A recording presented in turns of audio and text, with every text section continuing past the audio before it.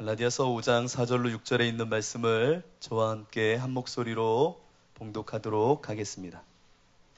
율법 안에서 의롭다함을 얻으려 하는 너희는 그리스도에게서 끊어지고 은혜에서 떨어진 자로다. 우리가 성령으로 믿음을 따라 의의 소망을 기다리노니 그리스도 예수 안에서는 할례나 무할례나 효력이 없으되 사랑으로서 역사하는 믿음뿐이니라. 아멘. 잠시 기도하겠습니다. 전능하신 주 하나님, 오늘도 주님께서 일하시는 이 자리가 되길 원하며 주의 사랑의 생수의 강이 넘쳐나는 이 시간이 되길 원합니다. 주와 함께 십자가에 죽어진 저 사랑 속에 하나님께서 보게 하시는 그 믿음을 따라 의의 소망을 기다리오니 우리 가운데 주여 일하시고 말씀하여 주옵소서. 오늘도 하나님께 드려진 이 예물 하나님께서 받으시고 하나님께서 귀한 인생의 삶으로 인도하시사 하나님께서 원하셨던 그 영광과 삶을 그 인생을 통하여 드러내 주옵소서. 오늘도 말씀을 듣길 원하오니 저희들 심령 깊은 곳에 하나님 찾아오셔서 말씀과 지혜와 계시의 영을 더하셔서 하나님의 말씀이 이해되게 하시고 그 말씀을 살아낼 수 있도록 우리 안에 성령으로 인도하여 주옵소서. 일하실 하나님을 기대하옵고 예수님 이름으로 기도드리옵나이다. 아멘. 어느덧 사랑 그리고 믿음, 소망 이 말씀을 갖고 한 달 동안 나름 씨름을 한 시간이 오늘로써 이제 마무리가 됩니다. 정말 힘들었어요. 저는 정말 힘든 시간이었습니다. 왜냐하면 여러분들이 어떻게 이 말씀을 사모하며 받으셨는지 모르지만 이게 교리신학적으로는 굉장히 어려운 설교입니다. 그래서 제가 어려운 설교했으니까 잘했죠, 이런 얘기 하려고 하는 것이 아니라 굉장히 어려운 것을 쉽게 풀어내기에는 제가 지혜가 없었기 때문에 너무나도 힘든 여정이었습니다. 그 여정 끝자락에 오늘은 이제 마지막 종착역인 소망까지 오게 되었습니다. 근데 이 소망이 이 세 가지 이야기 가운데 어떻게 보면 가장 힘든 부분이기도 합니다. 그래서 오늘은 더 하나님께 구하며 찾으며 매달리려고 하는 마음으로 여러분 앞에 섰습니다. 지금까지 여러분하고 함께 나눴던 그 말씀들을 기억하십니까? 우리들이 흔히 말하는 믿고 소망하기에 사랑하는 우리의 기본적인 인생의 모습들은 어떻게 보면은 율법적인 모습으로 쏠릴 수 있음을 경고하고 함께 나누었습니다. 내가 무엇을 기대하고 그렇게 소망하며 그 소망을 붙잡고자 하나님께 열심으로 사랑하고 때로는 새벽제단으로, 때로는 하나님께 감사 헌물로, 때로는 나에게 1,000번의 그 예물을 갖고 하나님께 다가왔지만 진정 이 모든 과정에서 사랑으로서 내가 믿고 소망한 것이 아니라면 그건 하나님과 나와의 상거래였다라는 것을 제가 제 부족한 지난 이야기를 통해서 함께 나눴던 시간이었습니다. 제가 이 강대상에 이제 신학교 2학년을 마치고 열심히 사역한 끝자락에 모교회에서 이 강대상에 서 있던 제 모습을 발견했을 때는 참 끔찍했습니다. 멍석을 메고 지게에 멍석을 올려놓고 뚜벅뚜벅 걷다가 이 강대상에서 퍽 넘어졌을 때에 그 멍석이 후루룩 풀리면서 누워 있었던 그 아이들은 제가 그냥 간증한다고 끝날 아이들이 아니라 저로 인하여 죽어 있을 수밖에 없었던 참 안타까운 모습이었습니다. 저는 그들이 정말 잘 될 줄로 믿었거든요. 왜냐하면 내가 믿는 그 예수님은 분명히 무에서 유를 창조하시는 하나님이실 뿐만 아니라 내가 알고 있었던 그 하나님은 아픈 자, 소외된 자, 가난한 자에게 복을 주시고 좋은 곳으로 인도하시는 그 예수님이었기에 그 믿는 믿음으로 그 아이들을 열심히 너희들 끝자락에는 하나님이 근사한 소망을 주실 거니까 그걸 비전으로 잡고 우리 열심히 가자라고 말하면서 그 아이들이 때로는 밉고 때로는 너무나도 내 마음하고 맞지 않는, 마음의 결이 정말 맞지 않는 모습 속에 있었지만 억지로 맞추고 억지로 섬기주고 억지로 그 아이들을 보듬어 주었던 모습이 저였습니다. 그렇게 사역했던 끝자락에 저에게 보여주신 하나님의 모습은 그 아이들이 멍석에 죽어 있었던 겁니다. 그러면서 저에게 경고로 말씀하셨던 것이 바로 사랑 없는 믿음이 얼마나 나와 상거래하는 인생의 모습인지를 지적하셨고 그것은 마치 오늘 갈라디아서의 핵심인 것처럼 율법으로 살아갔던 율법주의자와 너는 별반 다른 것이 없음을 지적하셨습니다. 네가 믿기에 무엇을 기대하기에 그것을 열심히 지키려고 하는 그 모습은 너의 의를 드러내는 것이고, 너의 열심을 드러내므로 구원을 바라고, 너의 의를 드러내므로 어떤 근사한 소망의 산열매를 기대한다면 그것은 나와 상관없는 일이었다는 겁니다. 그래서 첫 시간부터 우리가 열심히 하나님께 매달렸던 것이 무엇이었습니까? 주여, 나에게 온전한 사랑, 그 십자가의 사랑, 나를 다 포기하는 사랑, 나를 십자가에 못 박는 그 사랑을 나에게 주옵소서. 그 사랑 속에 주께서는 나에게 믿음을 주실 것이고, 은혜의 선물을 주실 것이고, 그 은혜의 선물로 우리에게 보이시는 그것이 나를 향한 하나님의 의의 소망이 되길 원한다 라는 말씀의 내용이었습니다. 이제는 그렇게 달려왔던 길에 이제 마지막 의의 소망에 다다른 것 같습니다. 소망이라는 것은 아직 보이지 않는 것을 기대하는 것입니다. 그렇죠? 아직 보이지 않는 것을 기대하는 것, 그것이 바로 소망이기도 합니다. 그래서 히브리서 11장 1절은 너무나도 이 부분을 잘 명확하게 말합니다. 믿음은 바라는 것들, 그 바라는 것들의 실상이고 보지 못하는 것들의 증거다. 이것을 믿음과 소망으로 한번 엮어보면 이렇게 되죠. 믿음은 바로 바라는 것들, 소망의 실상, 믿음이고, 보이지 않는 것들, 소망, 이것의 증거가 바로 믿음이다. 참 헷갈릴 수가 있어요. 왜냐하면 믿음과 소망은 그 얼개가 서로 얽혀 있고 분리시키기에는 미묘한 그 간극을 갖고 있기 때문에 믿음과 소망은 분리시키기가 참 애매합니다. 근데 이 두 가지를 정말 날선 거물을 이렇게 예리하게 한번 잘라보라고 하면 시간을 갖고 잘라볼 수 있습니다. 믿음은 현재와 연결되어 있고요. 소망은 미래와 연결되어 있습니다. 내가 믿기에 이루어지지 않은 저 소망을, 미래의 어느 날 도래할 그 소망을 기대하는 겁니다. 그래서 믿음은 지금 내가 갖고 있는 겁니다. 소망은 미래에 찾아올 하나님이 예비하신 것입니다. 그래서 우리가 믿음에 대해서 이야기할 때 사랑 위에 사랑으로 역사하는 믿음은 지적인 승인이 아니라 매 순간 그 믿음의 대상인 하나님과 예수님과 연합함이 필요하다라는 것을 그렇게 강조했던 겁니다. 왜요? 사랑으로 역사하는 믿음이기 때문입니다. 사랑이 없는 믿음이면 지적인 승인이면 되는 거예요. 그런데 우리가 관계를 맺는 믿음의 관계의 대상인 하나님은 인격으로 우리와 관계를 맺으시기에 사랑 위에 역사하는 이 믿음은 끊임없는 매 순간 예수님을 생각하고 예수님으로 살지 않으면 이 관계는 어그러지고 틀어지게 되어 있는 겁니다. 그래서 영적인 삶의 온전한 목표는 하나님과 나와의 이 관계가 끊어지지 않는 것, 이것이 믿음, 바로 페이스의 신앙이다 라고 말했던 겁니다.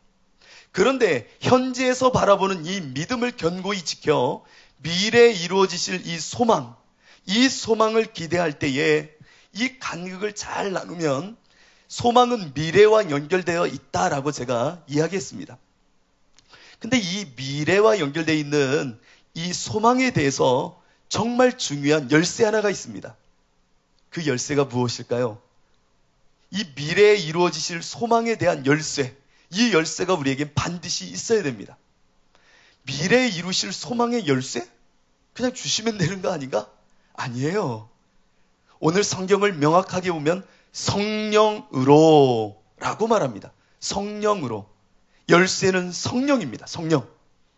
미래에 이루어 주실 그 소망을 우리가 무엇으로요? 성령으로 믿음을 따라 의의 소망을 기다린다 라고 하는 이 핵심 본문을 오늘은 낱낱이 살피려고 합니다. 정말 어려운 작업일 수가 있어요. 하지만 우리에게 정말 중요한 골격을 쌓을 수 있는 조금 딱딱한 양식이 될 수도 있습니다. 그러나 함께 주가 주시는 지혜로 이거를 잘 쌓은다면 우리 안에 놀랍도록 하나님의 소망을 누릴 수 있는 인생이 될 것입니다. 이 미래에 이루어 주실 소망은 성령의 열쇠를 통하여서 우리가 가야 됩니다. 성령으로 믿음을 따라, 다른 말로 하면 성령이 내 안에 앞서 나가시는 하나님을 따라 살게 함으로 의의 소망, 그것을 성취게 될 수 있다는 겁니다. 그런데요, 우리가 만약에 믿고 소망하기에 사랑한다면 성령은 필요가 없습니다. 율법주의자에게는 성령은 필요 없습니다. 나의 열심, 나의 의로움이 나에게 구원도 갖다 줄 수 있는 것이고 내가 바라는 그 소망을 이루어 줄 수 있는 겁니다. 그러다가 간헐적으로 성령도 가끔 필요하고 가끔 수단으로 예수님도 필요한 게 율법주의자들이 소망을 이루는 방식입니다. 왜냐하면 성령과 예수님은 매 순간 나와 함께 있을 필요가 없이 요술방망이처럼 뾰로롱 내가 필요할 때만 잠깐 도와주면 되는 존재인 겁니다. 매 순간 예수님으로 사는 것이 아니라 내가 열심히 내가 알고 있는 신앙의 이력과 경험과 방법을 통하여 열심히 생활하다가 막히는 문제가 있으면 그때만 하나님 도와주세요 하면은 그때 성령으로 우리 안에 지혜를 주시거나 도와서 그 소망을 이루면 되기 때문에 믿고 소망하는 율법주의적 신앙을 갖고 있는 이들에게는 이 성령은 필요가 없는 겁니다. 가끔 도구로서 매개로서 내가 부르면 와서 나를 도와주는 부적과 같은 주술과 같은 대상으로 성령을 생각하기 쉽다는 겁니다. 그런데 이런 신앙을 갖고 있는 기복신앙의 한국 교회 성도들이 많습니다. 내 맘대로 예수를 알고 살다가 부활의 주님과는 상관없는 믿음으로 살다가 어려운 일이 닥칠 때만 힘들 때만 주님을 찾는 신앙은 믿고 소망하는 내 옛자아를 해결하지 않은 채로 내 욕망이 믿고 소망하는 것을 하나님께 구하고 열심으로 내 의의를 다하여 새벽 제단도 쌓고 열심히 기복적인 신앙의 모습으로 최선을 다하다가 어려움이 도래할 때만 주여 나를 도와주옵소서 라고 말한다는 겁니다. 그러나 사랑으로 역사하는 믿음, 다른 말로 하면 고린도전서에 있는 말씀처럼 사랑은 오래 참고 모든 것을 못 박는 이 고백에 자기 부인의 바울의 고백처럼 내가 다 죽고 오직 예수님을 바라봄으로 주시는 예수님을 따라 갖게 되는 이 믿음은 내가 없고 오직 예수님을 바라보고 있기에 그 미래를 향한 길 속에 내가 어찌할 줄 모르는 겁니다. 다만 연합만을 추구하게 됩니다. 주님 먼저 가십시오. 하나님께서 먼저 하시는 일을 보고 내가 그것을 뒤따라 연합하겠습니다. 예수님의 방법을 쫓는다는 겁니다. 그 예수님의 방법으로 소망을 향하여 나아갈 때에 나의 힘은 아무것도 없는 겁니다. 나의 판단도 없는 겁니다. 그렇게 필요한 것이 있으니 성령님입니다. 성령님. 그 성령이 나에게 갈 바를 알게 하시고 예수님의 마음을 깨닫게 하시며 예수의 영광을 내 삶 속에 재현할 수 있도록 성령은 늘 나를 끌고 가신다는 겁니다. 그렇게 사랑 위에 역사하는 믿음을 갖고 있는 자에게는 미래의 소망을 위하여 반드시 필요한 것이 있으니 성령님입니다. 성령님. 그래서 오늘 본문 위 제가 4절을 읽었는데 4절을 한번 보십시오. 율법 안에서 의롭다함을 얻으려 하는 너희는 믿고 소망하게 사랑하는 너희는 그리스도에게서 끊어지고 은혜, 그 하나님의 온전히 주시는 은혜에서 떨어진 자로다. 그렇게 온전한 사랑 위에 믿고 소망해라 라고 오늘 본문은 이야기하고 있는 겁니다. 율법에 묶여있는 자, 그에게는 성령은 도구요 매개일 뿐 성령으로 살아가는 것은 모르는 겁니다. 그렇게 성령과의 인격적인 이 관계 속에 우리는 이 소망을 바라봐야 됩니다. 성령 없는 소망은 거짓입니다. 성령을 통하여 우리의 인생은 이제 저 산 소망을 향하여 의의 소망을 향하여 나아갈 수 있게 되는 겁니다. 여기까지 잘 이해가 되십니까? 이제는 그렇다면 중요한 것이 생겼습니다. 내 인생에 이 의의 소망을 향하여 나아가는 길에 주권자는 누구인가? 통치자는 누구인가? 이것을 명확히 해야 됩니다. 누구입니까? 성령입니다. 성령으로. 여기서 성령으로는 수단과 방법을 이야기하는 것이 아니라 성령이 나를 온전히 휘잡으셔서 성령의 사람으로 나를 이끄는 주체요, 권세자요, 능력자임을 내가 고백한다는 겁니다. 왜? 사랑 위에 주신 소망이기 때문입니다. 사랑은 내가 나를 산재물로 십자가에 못 박은 겁니다. 내가 사랑한다는 것은 감정의 문제가 아니라 내 의지도, 내 판단도, 내 자존심도, 내 감정도 주와 함께 십자가에 못 박은 것, 그것이 바로 내가 주님을 사랑하는 겁니다.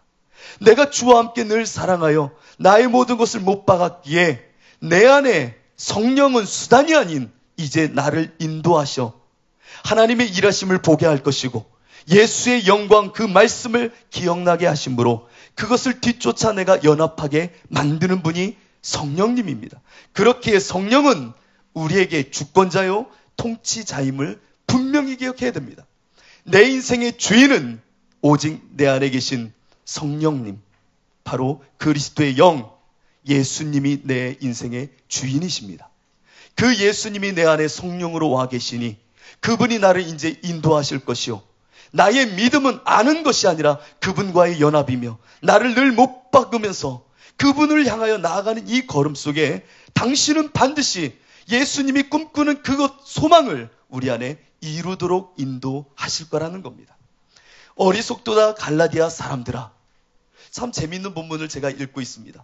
어리석도다 갈라디아 사람들아. 예수 그리스도께서 십자가에 못 박히신 것이 너희 눈 앞에 보이거늘 누가 너희를 깨더냐? 내가 너희에게서 다만 이것을 알려 하노니 너희가 성령을 받은 것이 율법의 행위로냐? 혹은 듣고 믿음으로냐? 이 이야기가 뭐냐면요. 갈라디아 이 교인들이 십자가가 분명히 앞에 서 있는데 그것을 보면서도 내 행위를 통하여 성령을 소유하고 성령을 사용하려고 하는 율법주의로 묶여 있다는 겁니다. 이게 참 재밌는 말이에요. 왜냐하면 십자가는요, 여러분 너무 우리가 십자가의 은혜에 젖어 있기 때문에 조금은 낯설어져서 볼 필요가 있는 거예요. 십자가는요, 내가 그것을 이해할 수가 없는 겁니다. 사실은 나를 지으신 하나님이 이 피조물을 위하여 육신을 입어 피조물에게 핍박을 받아 죽는다는 게 여러분 이해가 되십니까? 먼지와 티끌 같은 나를 위해서 저 하늘아버지가 이 땅에 몸을 입고 오셔서 죽어지신다는 게 여러분 이해가 되십니까? 내가 무엇이길래 그 십자가는 그 자체가 모순입니다. 어찌 하나님이 죽을 수 있으며 어찌 그 하나님이 정말 벌레보다 못한 우리 죄인들을 위하여 죽으십니까? 그 십자가는 그래서 은혜입니다. 생각할 수도 없던 것을 받았기에 은혜요. 선물인 겁니다. 내 공로와 상관없이 주신 은혜입니다.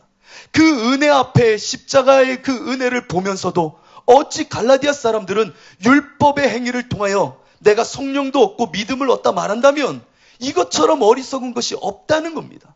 은혜인데 은혜를 눈으로 보면서도 거저 주시는 그 하나님의 통치와 하나님의 온전하심의 사랑에 물붓듯 부으시는 그것이 눈앞에 있음을 보면서도 나는 어찌 내 행위를 통하여 하나님의 성령을 소유하려고 하고 하나님을 내 수단으로 쓰려 하는 너희는 어리석다는 겁니다.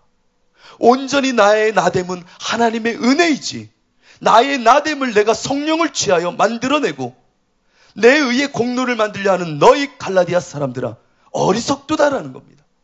우리는 십자가를 보면서도 은혜를 모른 채 믿고 소망하며 내 욕망과 욕구를 채우려고 하나님 앞에 나와 있다면 성령으로 사는 것이 아니라 성령을 이용하려고 하는 자들입니다. 주술가입니다. 주술가. 우리는 어떠한 신앙인지를 바로 그래서 깨달아야 되는 겁니다. 우리의 인생의 통치는 오직 내 안에 계신 예수, 성령을 따라 이제 나는 사는 겁니다. 왜? 내가 주와 함께 십자가에 죽는 사랑을 넘어섰기 때문입니다. 주의 그리스도의 사랑을 받았기 때문입니다. 지금 이 말씀이 강조하는 것이 무엇입니까? 너의 인생의 주인은 이제 나다라는 겁니다. 아무리 율법을 통하여 성령을 받을 수 있다 말하는 너희지만 분명히 말하는데 오직 너의 인생의 주인은 나 그리스도, 예수 그리스도가 너희 안에 주인으로 오길 원한다는 겁니다. 그렇기에 소망을 이룰 때 우리에게 반드시 기억해야 되는 것은 내가 이루는 게 아닙니다. 이제 주님이 내 안에 성령으로 일하시기 시작하는 겁니다. 내가 일하는 게 아니라니까요. 하나님이 주신 비전이 있습니까? 소망이 있습니까? 그것을 위하여 내가 열심히 가는 게 아니라고요. 나는 온전히 주와 죽어져 순종하는 겁니다. 성령이 나의 통치자요. 성령이 나를 인도하시는 분이시기 때문입니다. 우리 중에 로마서 14장에 있는 말씀이죠. 우리 중에 누구든지 자기를 위하여 사는 자가 없고 아멘. 그렇죠. 자기를 위하여 사는 자가 없고 자기를 위하여 죽는 자도 없도다. 우리가 살아도 주를 위하여 살고 죽어도 주를 위하여 죽나니 그러므로 사나 죽으나 우리가 주의 것이로다. 이를 위하여 그리스도께서 죽었다가 다시 살아나셨으니 곧 죽은 자와 산 자의 주가 되시려 하심이라. 우리의 인생의 모든 것은 이제 그분 손에 달린 것이지, 사나 죽으나 주 그 성령을 따라 사는 것이 우리의 믿음을 지키는 것이요, 나에게 허락되실 그 산소망을 향한 걸음입니다. 내 열심으로 사는 것이 아니라는 겁니다.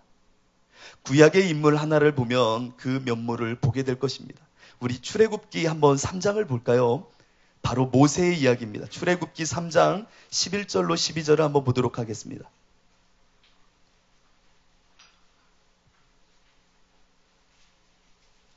출애굽기 3장 11절로 12절을 이 사랑으로 역사하는 믿음과 그 위에 나에게 허락하실 산소망의 눈으로 모세를 한번 보도록 하겠습니다. 한번 3장 11절로 12절을 같이 한번 봉독하도록 하겠습니다. 시작. 모세가 하나님께 아뢰되 내가 누구에게 이스라엘 자손을 애굽에서 인도하여 내리까? 하나님이 이르시되 내가 반드시 너와 함께 있으리라. 내가 그 백성을 인도하여 낸 후에 너희가 이 산에서 하나님을 섬기리니 이것이 내가 너를 보낸 증거니라. 아멘. 참 재밌는 장면입니다. 모세가 하나님과 대면했을 때에 모세는 먼저 신발을 벗어 던졌습니다. 맞습니까? 신발이라는 것은 이력서입니다. 이력서의 뜻은 신발을 살아온 지난 역사가 이력서입니다. 어떤 신발을 신고 살아왔는지가 이력서예요. 그래서 한자어를 풀어보면 신발을 끌고 살아온 역사가 이력서입니다. 네, 다 놀라는 표정이세요. 이력서 많이 써보셨는데 한 번도 이 한자어는 생각해 보신 적이 없었나 봐요. 이력서. 어떤 신발을 신느냐에 따라 나의 정체와 신분이 드러나는 거겠죠. 하나님 앞에서 모세는 신발을 벗었습니다. 내 세상의 이력을 찢어버렸다는 겁니다. 내가 어느 대학을 나왔든 어느 가문이든 어떤 지식을 가졌든 어떤 집에 살든 상관없다는 겁니다. 하나님 앞에서 나는 신발을 벗은 자, 이력서를 찢고 그 하나님 앞에서 잠잠히 하나님과 대면했던 모세. 그때 하나님이 말씀하십니다. 너는 애굽 바로에게 가 내 백성을 구해내라. 그때 모세가 이 말을 합니다. 내가 누구이기에, 잘 보십시오. 내가 누구이기에 그들을 저 바로의 손에서 끌어내리까? 내가 누구이기에, 내가 도대체 누구길래 갑니까? 그때 하나님이 뭐라고 말씀하십니까? 네가 누구이기에 가라 라고 말씀하십니까? 아닙니다. 다음과 같이 말씀하셨던 겁니다. 하나님이 이르시되 내가 반드시 너와 어떻게 하겠다고요? 함께 있으리니 네가 그 백성을 애굽에서 인도하여 낸 후에 너희가 이 산에서 나 하나님을 섬기리니, 이것을 막 그려주시는 겁니다. 소망으로 보이시는 거예요. 네가 이렇게 한 후에 이렇게 와서 여기서 나를 예배하리니 이것이 내가 너를 보낸 뭐라고요? 증거라는 겁니다. 증거. 내가 너에게 보이는 이 소망, 이룰 그 의의 소망을 보라. 이것을 보고 네가 나와 대화하는 이것이 증거가 된다는 거예요. 증거. 네가 소망을 지금 나와 함께 나눔 속에 증거로 믿음으로 그걸 보니 너는 가라는 겁니다. 네가 누구여서 가라는 것이 아니라 이 믿음의 산 소망을 갖고 있으니 가라는 겁니다. 내가 너와 대면한 속에 네가 누구이기에 네가 능력 있어 보내는 것이 아니라 내가 너와 동행함 속에 내가 너를 치리하고 인도하리니 너는 그 모든 여정을 끝낸 후 이 산에 와 나를 예배할 때에 네가 누구임을 밝히 보리니 가라는 겁니다. 인생의 주인이 누구라는 얘기입니까? 내가 통치하고 내가 너의 정체성을 만들어 주겠다는 겁니다. 너의 소망의 이유를 내가 잡고 있다는 겁니다. 네가 누구여서, 완벽한 누구여서, 멋진 돈 많은 기업가라서 가라는 게 아닙니다. 너는 내 앞에서 이 믿음으로 소망을 취했으니 가자는 겁니다. 내가 이 길을 통치할 것이고 이 모든 길을 너와 함께 하리니 이 모든 여정 끝에 이 소망이 이루어지면 이것이 바로 네가 누구임을 발견하게 되는 역사일 거라는 겁니다. 모세를 향한 하나님의 이 계획이 보이십니까? 모세는요, 매 순간 그래서 누구를 의뢰합니까? 하나님을 의뢰할 수밖에 없었습니다. 이 믿음을 놓칠 수가 없었던 겁니다. 왜? 앞서가실 그 하나님만 붙잡고 가야 되는 것이 모세의 사명이었기 때문에. 예수님은 이런 말씀을 하시죠. 나는 스스로 할 수 있는 것이 아무것도 없노라. 오직 아버지께서 먼저 앞서 행하시는 그것을 보고 나는 그것을 따라 행할 뿐이라. 여러분의 인생의 주인은 무엇입니까? 누구십니까? 여러분은 무슨 소망을 갖고 달려가고 계십니까? 아니, 누가 이끄는 소망을 갖고 사십니까? 사랑으로 역사하는 믿음을 모르는 이들은 내가 소망을 다 정해놓고 하나님을 끌고 다닙니다. 나 이것을 원해요. 나 이런 모습, 우리 자녀가 이런 모습 되길 원해요. 내 가정 이런 모습 되길 원해요. 나는 이것을 믿음으로 취해요. 하나님 이뤄주세요. 내가 이렇게 해도 했고 이렇게 해도 했는데 안 돼요. 그러니까 하나님이 이걸 좀 도와줘야 이 일이 될 것 같아요. 여러분, 하나님이 나에게 먼저 무엇을 말씀하고 계신지는 들으셨습니까? 성령으로 말미암아 우리는 사는 겁니다. 성령이 깨닫게 하시고 보게 하시는 것을 순종하는 것입니다. 왜? 내 인생의 주인은 내가 아니라 이제 나는 죽었기에 성령으로만 나는 사는 겁니다. 이것이 우리가 산소망의 길을 걷는 이유요 그 모습인 줄로 믿습니다. 여러분, 이제 마음을 바꾸셔야 됩니다. 오직 주님 사랑함 속에 나에게 보이시는 것을 보며 그분을 따라 연합하는 것, 그것이 믿음을 지키고 있는 겁니다. 예수님과 친밀해지는 것입니다. 그렇기에 옛날에 내가 구원받았던 경험, 수련회 때 은혜 받았던 경험, 부흥회 때 은혜 받았던 그 생각, 이것은 추억일 뿐 믿음이 아닙니다. 그것을 내 공로라 생각하고 내가 그때 예수님 믿었는데 그거 있잖아요 라고 들이민다면 그것은 하나님이신 그 칭의, 예수를 통해 주신 의롭다함을 모르는 이야기입니다. 내 생각으로 과거의 업적을 통해 내가 의롭다함을 스스로 합리화하고 있는 겁니다. 그렇기에 끊임없이 우리는 깨어 있어야 되는 겁니다. 두 번째로 우리는 그렇다면 어떻게 성령은 우리를 이 소망으로 인도하실까를 보아야 됩니다. 성령은 오늘 본문을 보십시오. 성령으로 믿음을 따라 라고 말합니다. 그렇죠? 성령으로 믿음을 따라. 믿음을 따라. 참 대단한 말입니다. 뭘 대단합니까? 믿음을 따라 이 말 한마디 해놓고 정말 대단한 말입니다. 성령으로 이제 믿음을 따라. 우리는 이제 믿음 하면 저와 함께 이제 많이 나눴으니까 사랑으로 역사하는 믿음 딱 생각해야 돼요. 성령이 내 안에 오셔서 행하시는 이 믿음을 따른다라는 것을 잘 생각해 보셔야 됩니다. 이를 위해서 우리 로마서 5장 5절을 보도록 하겠습니다. 로마서 5장 5절.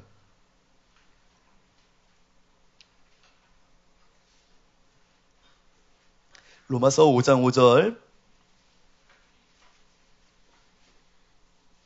우리 큰 목소리로 함께 읽어보도록 하겠습니다. 시작. 소망이 우리를 부끄럽게 하지 아니함은 우리에게 주신 성령으로 말미암아 하나님의 사랑이 우리 마음에 부은 바 됨이니. 할렐루야. 이 말뜻이 좀 이해가 안 되실 수 있어요. 다른 말로 하면 소망이 우리를 부끄럽게 않았다는 것은 그 소망이 나를 헛되게 살지 아니하게 했다는 겁니다. 다시 한번요.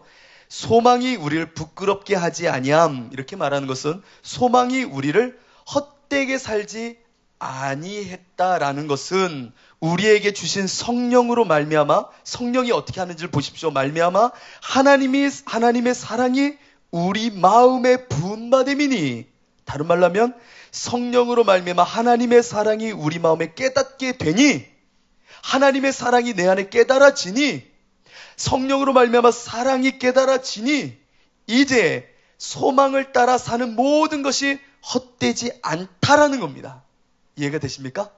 성령으로 말미암아 나에게 사랑을 깨닫게 하시니, 내 마음에 사랑을 부으시니, 하나님의 사랑을 부으시니 그 사랑을 따라 소망하는 그 소망을 따라 살았던 모든 것이 나를 부끄럽게 않는다. 다른 말로 하면 나를 헛된 인생을 살지 않게 하였다는 겁니다.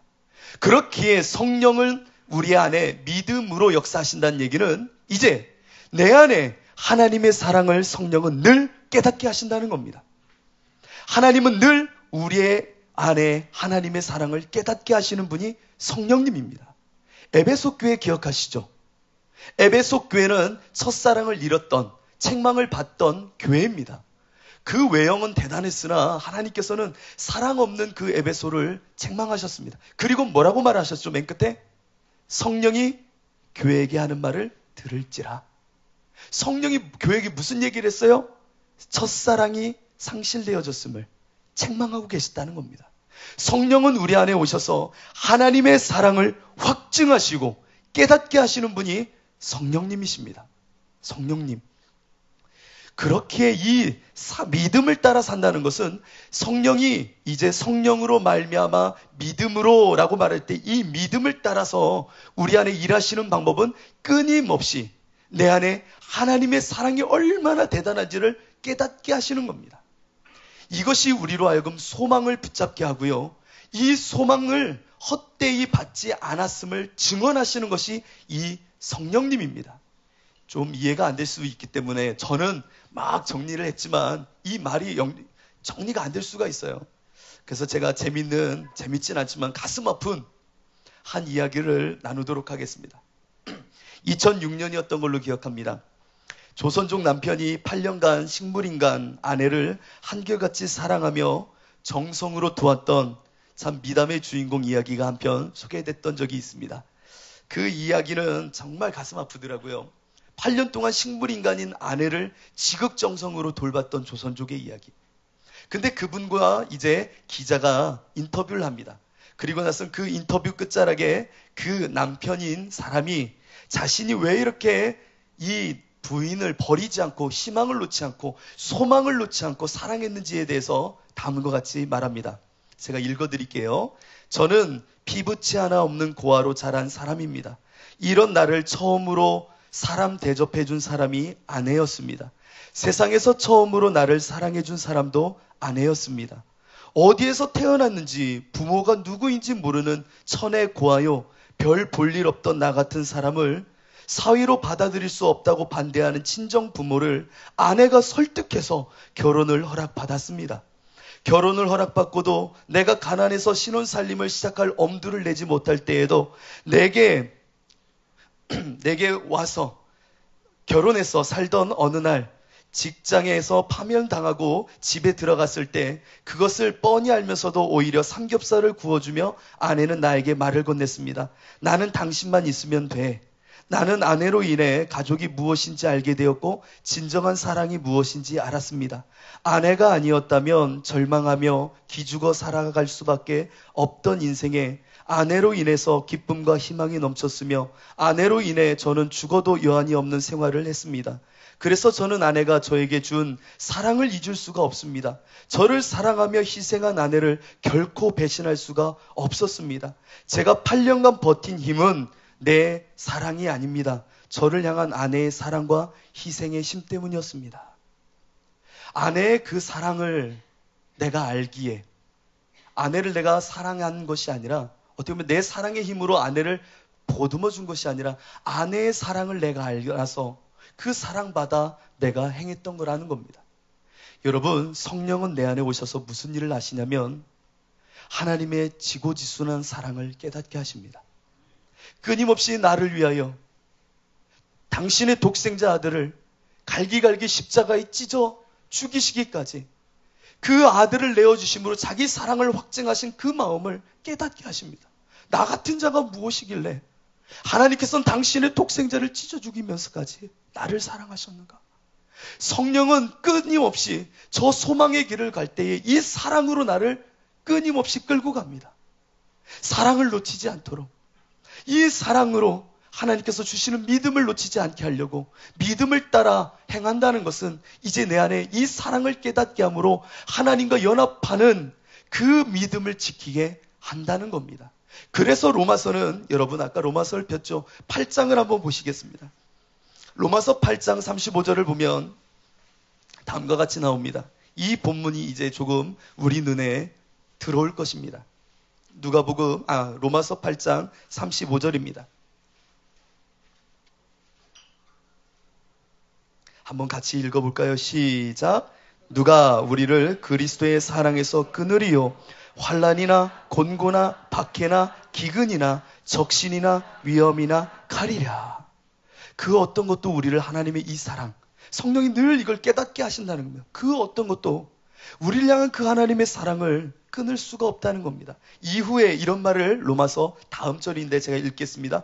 그러나 이 모든 일에 우리를 사랑하시는 이로 말미암아 우리가 넉넉히 이기느니라. 내가 확신하노니 사망이나 생명이나 천사들이나 권세자들이나 현재일이나 장래일이나 능력이나 높음이나 깊음이나 다른 어떤 피조물이라도 우리를 우리 주 그리스도 예수 안에 있는 하나님의 사랑에서 끊을 수 없으리라. 이 고백은 무엇이냐면 하나님의 사랑에서 그 무엇도 끊을 수 없다는 이 이야기는 모든 일을 내 세상의 어떤 아픔과 고난과 슬픔이 와도 그 어떤 일도 나는 넉넉히 이길 수 있다는 겁니다. 왜? 하나님이 나를 사랑하시기에 그 하나님의 사랑에 깨닫고 깨달으면 우리 하나님이 얼마나 놀라우신 분임을 내가 알기에 그분을 사랑함을 깨달아 그분이 내게 보이시는 소망이 있고 하나님을 통하여 보는 그 소망 속에 나는 헛되이 부끄러움을 당하지 않는 인생을 살 자신이 있다는 겁니다. 하나님이 나를 사랑하시기에 세상의 그 어떤 고난도 아픔도 나를 넘어뜨릴 수 없노라. 나는 능히 모든 이것을 넉넉히 이기노라. 왜? 하나님이 나를 사랑하시기에, 하나님이 나 같은 자를 사랑하시기에, 정말 먼지와 같은 나를 사랑하시기에, 그 사랑 속에 나는 정말 그 하나님의 사랑이면 주시는 그 소망 보고 이 어려움도 넘어갈 수 있다는 겁니다. 하나님이 어떤 분이신데 그 하나님이 나를 사랑한다면 내게 닥친 이 어려움도 나에게는 의의 소망을 보게 하시고 그것을 봄 속에 넘어가게 하시는 하나님, 그 하나님이 족하다는 겁니다.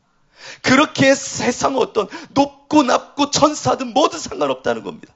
그 어떤 것이 나에게 와도 나는 상관없다는 겁니다. 왜? 하나님의 사랑은 나는 끊을 수 없다는 겁니다. 이것을 성령이 늘 내 안에 깨닫게 하시니 이 사랑으로 나는 믿음을 따라 살게 하신다는 겁니다.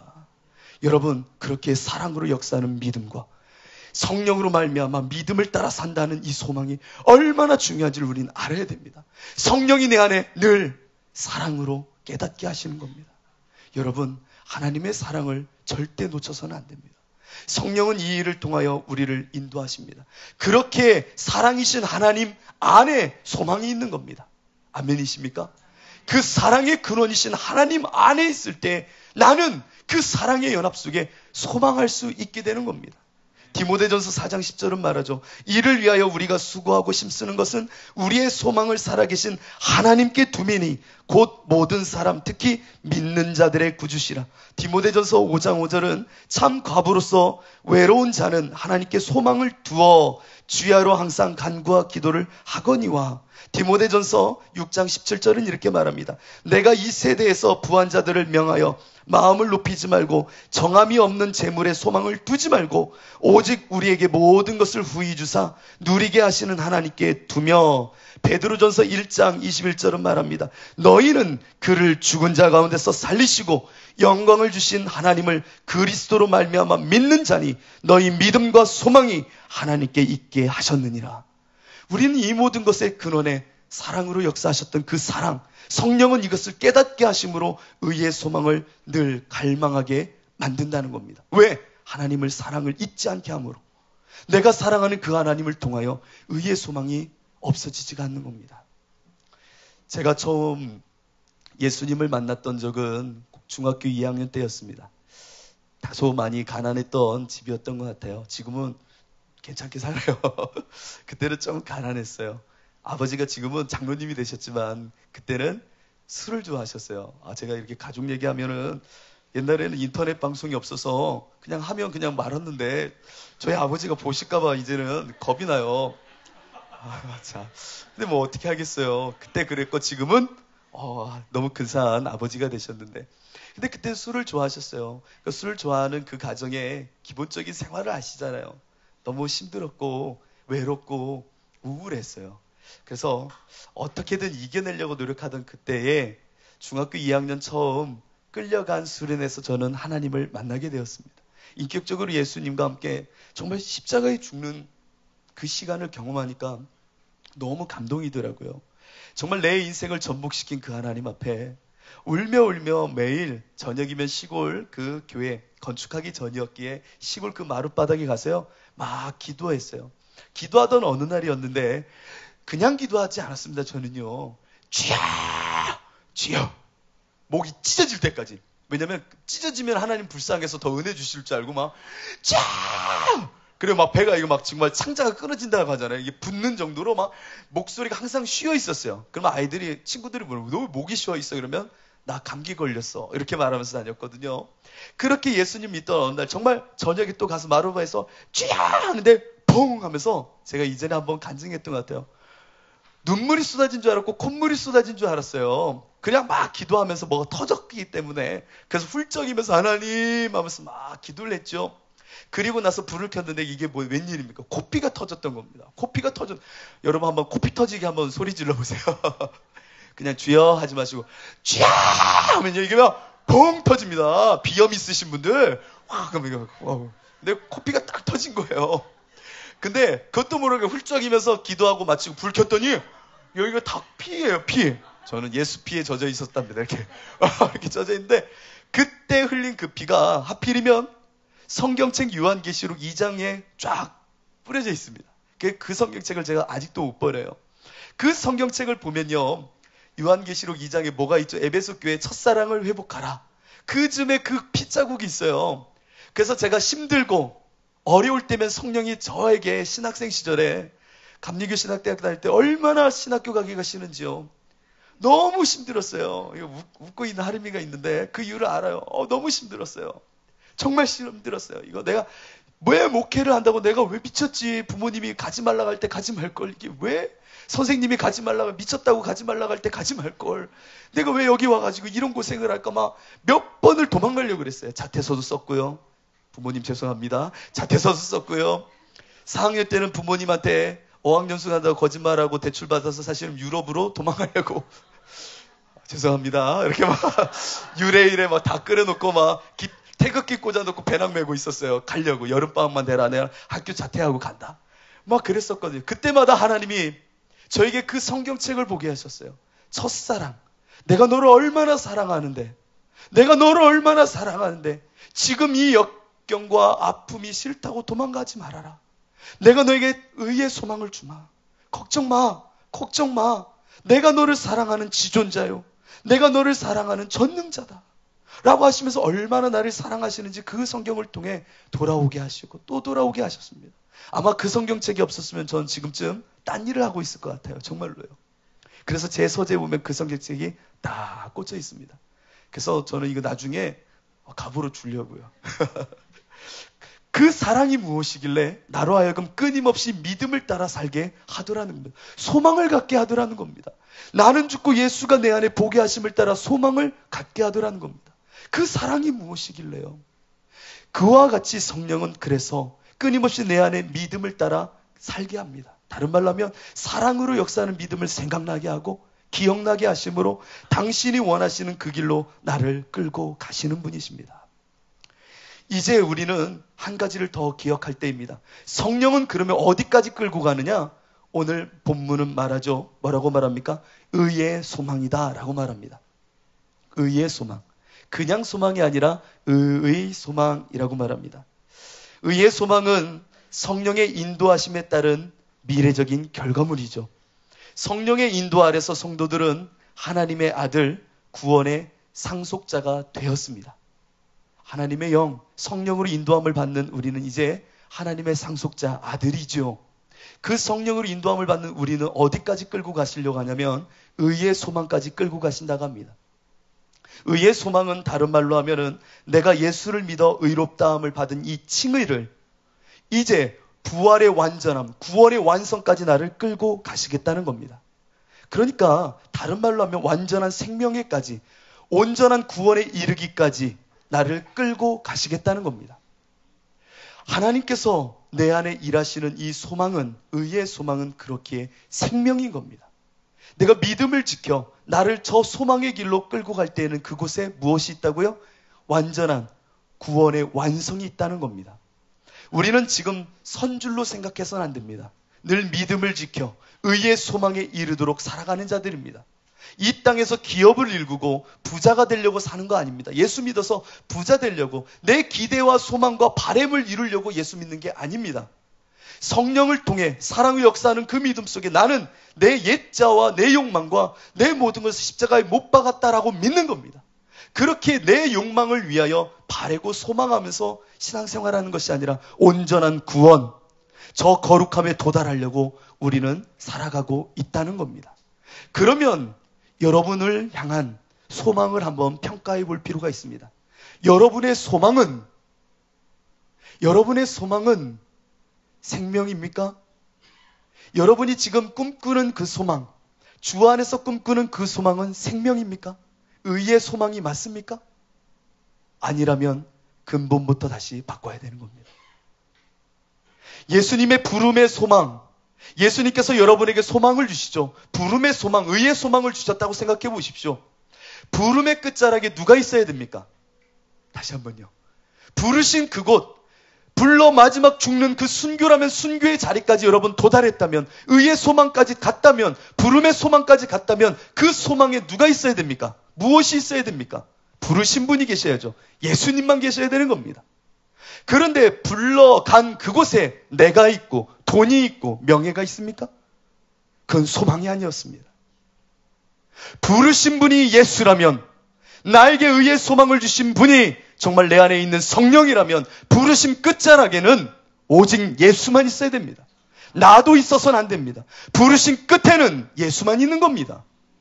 의의 소망이라는 것은 오직 주의 부활의 생명만 그곳에 있는 겁니다. 어찌 부르심의 끝자락에 돈이 있고 부르심의 끝자락에 소망에 내 자녀의 출세가 있다면 그건 생명과 상관없는 겁니다. 부르심의 끝에는 날 부르신 하나님, 그 하나님의 영광만 있어야 되는 겁니다. 여러분은 무엇을 기대하며 달려가고 있었습니까? 예수님께서는 부활하신 후 베드로에게 말하죠. 네가 젊어서는 스스로 띠뛰고 원하는 곳으로 다녔거니와 이제는 네가 팔을 벌리리니 다른 이가 네 그 띠를 잡고 원치 않은 곳으로 끌고 다니리라.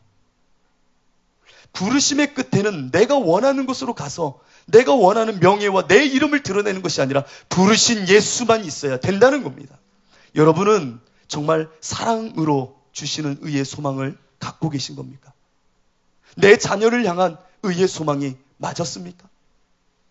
제가 인천에 있는 한 교회에서 청소년 집회를 한 적이 있었습니다. 이 비슷한 설교를 했던 것 같아요. 지난번에 잠깐 간증으로 나눴었는데 집회를 끝나고 나가니까 한 여자아이가 울면서 나왔어요. 울면서 나오면서 그래요. 전사님 미워요. 그래서 자식들 미운 거 한두 번 겪어보니까 제가 요즘도 저희 중고등부한테 조금씩 인기가 떨어지고 있어요. 왜냐면 혼내고 있어가지고 막 혼내면 안 되는데 예배 잘 드리자고 혼내서 혼내면 안 되는데 이렇게 괜찮아 자도 좋아 껌은 삼켜 뭐 이렇게 껌은 그냥 삼켜라 차 마시는 거 있으면 그래 조금씩 마셔라 다리 그래 다리 너무 꼬면 관절 틀어져 뭐 이렇게 해야 되는데 다리 꼬지 마 그리고 그렇게 하고 껌 씹지 마. 우리 교회는 지금 명문 중고등학교를 세우는 중이야. 하나님의 명문 예수 그리스도의 명문을 세우는 교회야. 막 그러면서 하면서 하니까 애들이 요즘 제 인기가 좀 떨어지고 있어요. 근데 인천복지 거기는 죄송해요. 인천복지대 말해보죠. 아무튼 그 교회 안 보길 바라면서 그 여자아이가 저한테 그런 거 전사님 싫어요. 그랬어. 제가 그랬죠. 그래, 내 싫은 거 한두 번. 근데 왜 싫어? 그랬더니 전도사님 때문에 내 비전이 없어졌다는 겁니다. 그래요. 왜 비전이 없어요? 설교를 들으면 막 꿈이 생겨야 되고 청소년 집회하면 막 비전이 생겼어야 해야 되는데 꿈이 없어졌다는 거예요. 설교 말씀을 듣고 보니까 내가 기대하고 내가 원해서 하나님께 내어놓고 소망이에요. 비전이에요. 빨리 해주세요. 라고 나는 끊임없이 매달렸다는 겁니다. 그러니 내 꿈은 없어졌다는 겁니다. 그런데 이제 다시 하나님께 구하며 온전한 소망을 갖기로 했다는 겁니다. 반전이 있어서 좋더라고요. 그래서 그래 내가 그걸 위해서 기도하고 생각날 때마다 응원할게. 여러분 나에게 주신 의의 소망은 누구 겁니까? 그 소망의 끝자락에는 예수가 있어야 되는 것이지 내가 있어서는 안 되는 겁니다. 부르신 분이 예수기에 부른 그곳에 가면 누가 있어야 돼요? 예수님이 계셔야지 왜 여러분이 계십니까? 그것은 바로 성령으로 믿음을 따라 내가 의의 소망을 기다린 것이 아니었다라는 겁니다.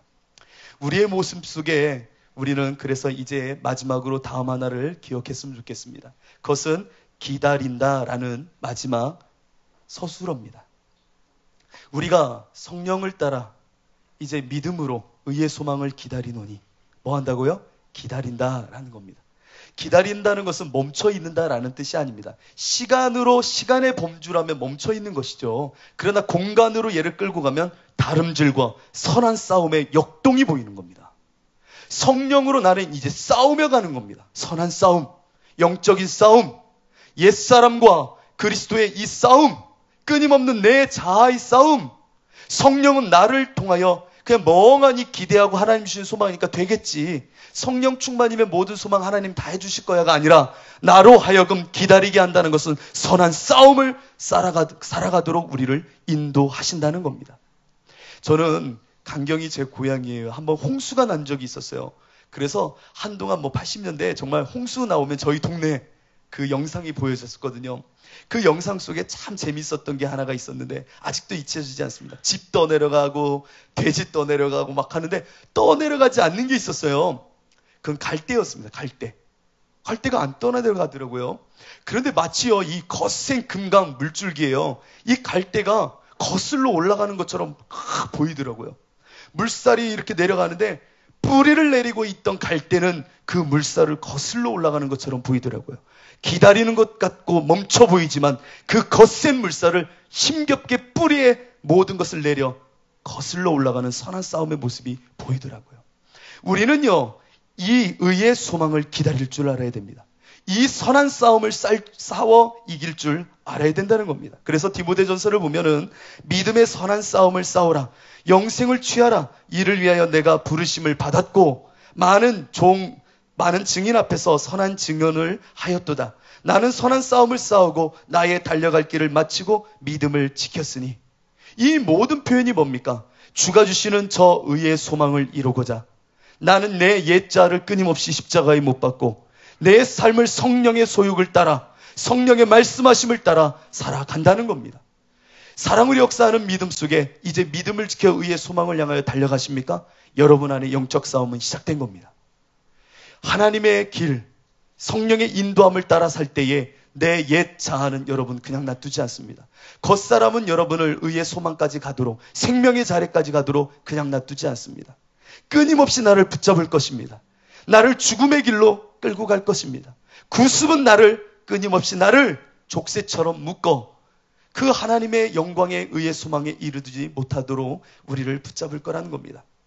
내가 내 몸을 쳐 복종하게 함은 내가 남에게 전파한 후에 자신이 도리어 버림을 당할까 두려워함이로다. 사도 바울도 복음을 전하면서 끊임없이 나를 쳤다라고 말합니다. 나를 쳤다. 왜 자신을 칩니까? 하나님의 성령의 법, 그 안에 영생을 누리려고 의의 소망, 그 구원의 완성을 향하여 나아가려고 끊임없이 육체의 소욕과 싸웠다는 겁니다.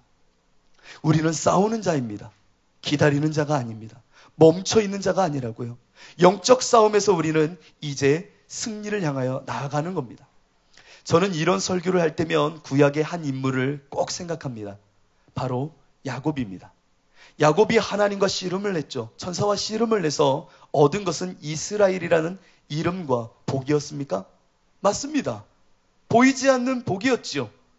그러나 보이는 실제적인 싸움의 결과는 무엇이었습니까? 환도뼈를 쳐 절름거리기 시작했습니다. 하나님을 만나 얻은 것은 절름거림, 절뚝거림이었다는 겁니다. 돈도 명예도 아니었습니다. 그 하나님을 만난 흔적, 예수의 흔적이 그 안에 묻어 있게 되는 겁니다. 평생을 절름거리며 절뚝거리며 살았던 이가 야곱입니다. 왜요? 하나님을 만났기에. 하나님을 만났기에. 하나님을 만난 자들은 절뚝거리게 되어 있는 겁니다. 누구든지 나를 따라오려거든 자기를 부인하고 자기 십자가를 지고 나를 따르라. 세상의 그 거센 흐름 속에 십자가를 지고 절뚝거리며 나를 따르라는 겁니다. 세상의 돈과 명예를 주는 것이 아니라 정말 의의 소망을 향한 길은 이제 나를 절뚝거리게 만드는 길입니다. 예수를 사랑하면 사랑할수록 내 안에 십자가의 걸림돌은 많아질 겁니다. 내 옛 자아를 끊임없이 성령은 치기 때문입니다. 오늘 본문을 보십시오. 본문 밑자락에 보면은 5장 몇 절입니까? 7절부터 읽겠습니다. 너희 다름질을 잘하더니 누가 너희를 막아 진리를 순종하지 못하게 하더냐. 그 권면은 너희를 부르신 이에게서 난 것이 아니니라. 적은 누룩이 온 덩이에 퍼지느니라. 나는 너희가 아무 다른 마음을 품지 아니할 줄을 주 안에서 확신하노라. 그러나 너희를 요동하게 하는 자는 누구든 심판을 받으라. 형제들아, 내가 지금까지 할례를 전한다면 어찌하여 지금까지 박해를 받으리요. 그리하였으면 십자가의 걸림돌이 제거되었으리니. 내가 할례 율법대로 살았다면 십자가는 나에게 걸림돌이 된다, 안 된다? 되죠. 그런데 율법을 따라 살지 않기 때문에 십자가가 늘 나에게 걸림돌이 되고 있다는 겁니다. 여러분, 하나님을 사랑하며 하나님의 의의 소망을 향하여 달려가면 내 안에 십자가의 걸림돌이 생기는 겁니다. 옛 내 모습을 걸려 넘어지게 하고 그대로 살지 못하게 하는 제어, 하나님의 영의 탄식이 내 안에 끊임없이 울려 퍼진다는 겁니다. 여러분, 의의 소망이 커지길 원합니까? 그러면 먼저 사랑의 너비를 키우십시오. 그때 하나님은 분명히 그 사랑의 너비만큼 하나님의 의의 소망을 주실 것이고, 그 소망이 커진 만큼 여러분은 더 십자가의 날을 못 받고 쩔뚝거리게 될 것입니다. 이것이 원리입니다. 순교는 그래서 최고의 영광인 겁니다. 쩔뚝거림의 끝, 그것은 죽음입니다. 내가 예수를 따른다는 것은 이와 같이 의의 소망 속에 하나님의 뜻 안에 쩔뚝거리며 주의 길을 걷는 겁니다.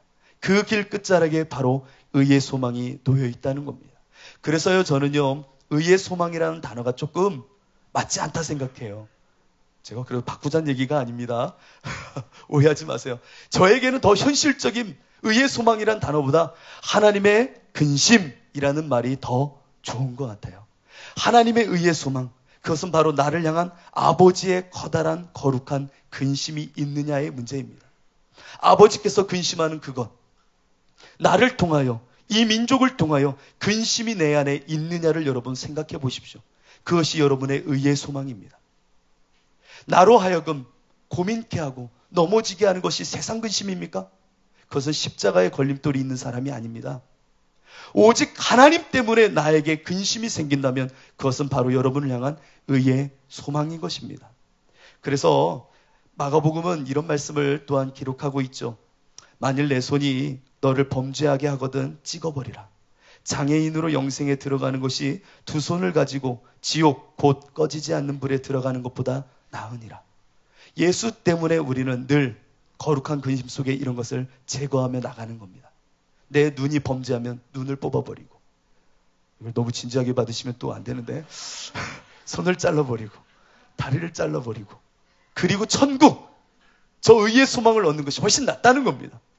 내가 이 두 눈 뽑아버리고, 야, 술 한잔 마셔, 그래도 입을 봉해버리고, 음란한 거 볼 때면 눈을 뽑아버리고, 다리요, 야, 이거 뭐 하나 하는 거 뭐 어때? 야, 술집 가는 게 뭐 어때? 다리 잘라버리고 쩔뚝거리는 거. 야, 이 바보같이 왜 술 한잔 마셔? 그래도 손이 없는 자처럼 생활하고, 눈 보지 못하는 자처럼 쩔뚝거리는 게 그리스도인입니다. 세상의 소욕을 따른 자가 아니기 때문입니다. 나는 쩔뚝거리는 겁니다. 예수의 흔적이 있기 때문에. 그 흔적 때문에 이제는 내 안에 아버지의 걸림돌만 있는 겁니다. 의의 소망을 향한 길 속에. 그래서 하나님의 근심을 품는 것은 생명이고, 세상 근심은 우리를 멸망케 한다라고 고린도전서는 말하고 있는지도 모르겠습니다.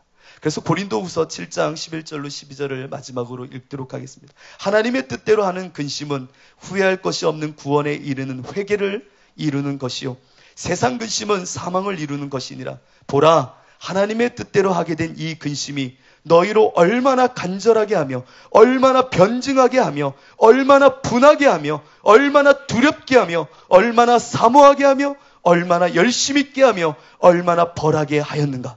너희가 그 일에 대하여 일체 너희 자신의 깨끗함을 나타내었느니라.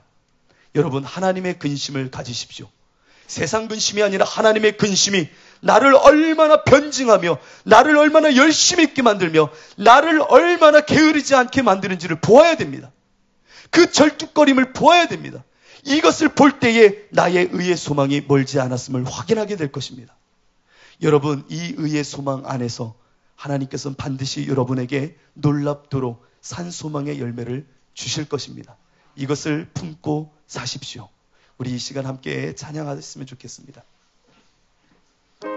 이 시간 찬양할 때에 제가 가장 차원에서 개척하면서 막막할 때, 소망 없을 때 정말 매일같이 불렀던 그 조그만한 시골교회에서 불렀던 찬송이기도 합니다. 우리 484장인데 함께 고백했으면 좋겠습니다. 내 맘의 주여, 내 맘의 주여, 소망 되소서. 주 없이 모든 일 헛되어라. 밤에나 낮에나 주님 생각, 잘 때나 깰 때 함께 하소서. 지혜의 주여, 지혜의 주여, 언제나 내 안에, 언제나 내 안에 계시소서. 주는 내 아버지, 나는 아들. 주 안에 내가 늘 함께하네. 세상의 영광, 세상의 영광 난 보여도 언제나 주님은 나의 기업. 주님만 내 맘에 계시오니. 영원한 주님, 영원한 주님 참 귀하셔. 영원한 주님, 영원한 주님, 내 승리의 주. 하늘의 기쁨을 주옵소서.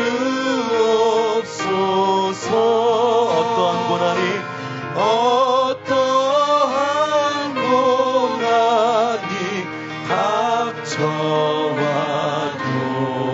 만유의 주여, 만유의 주여, 소망 되소. 이 시간에 함께 기도할 때에 내가 주님의 사랑 위에 역사하는 그 믿음을 갖길 원하며, 이제 성령을 따라 믿음으로 주실 의의 소망만을 취하길 원합니다. 나를 너무나도 사랑하시는 주여, 성령을 따라 깨닫게 하시고 이제는 주가 주신 그 의의 소망 끝자락에 오직 예수만 보는 인생 되게 하옵소서. 이 시간 주여 한번 부르시고 함께 기도하도록 하겠습니다. 주여.